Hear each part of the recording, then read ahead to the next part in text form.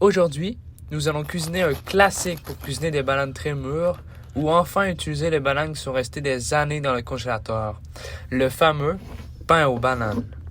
Un des avantages indéniables de cette recette est que plus les bananes sont mûres, meilleur sera le pain aux bananes.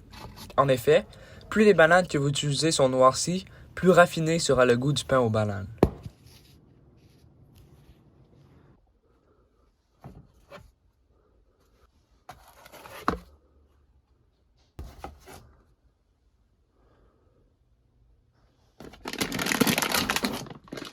Pour commencer, écrasez 3 bananes dans un grand bol. Contrairement aux idées reçues, une banane s'épluche vers le bas en compressant le bout de la banane. Cette méthode, originellement utilisée par les singes, nous permet de moins abîmer la banane lors de l'ouverture. Pour écraser, j'utilise un écraseur à patates, mais on peut parfaitement bien écraser les bananes à la fourchette. Toutefois, tâchez de ne pas trop les écraser. Ajoutez 2 œufs et 3/4 de tasse de sucre au mélange.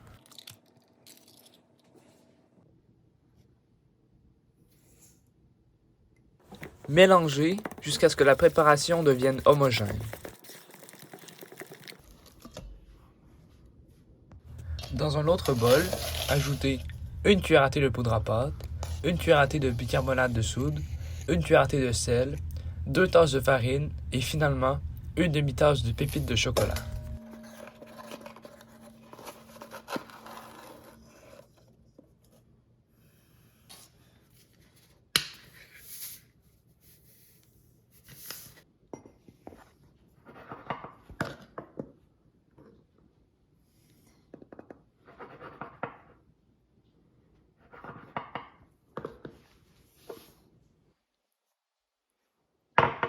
Pour un pain aux bananes plus santé, on peut remplacer les pépites de chocolat par des canneberges, de la noix de coco râpée ou tout ce qui vous passe sous la main.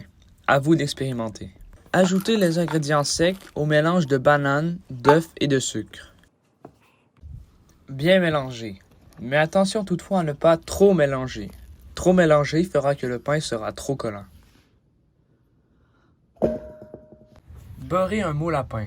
Pour ce faire, j'utilise un essuie-tout pour étaler de la margarine sur les rebords et le fond du moule.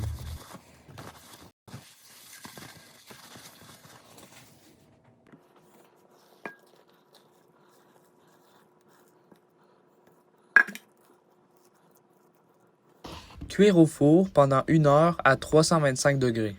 Un pain aux bananes se conserve de 4 à 5 jours à température pièce, mais il peut également être congelé.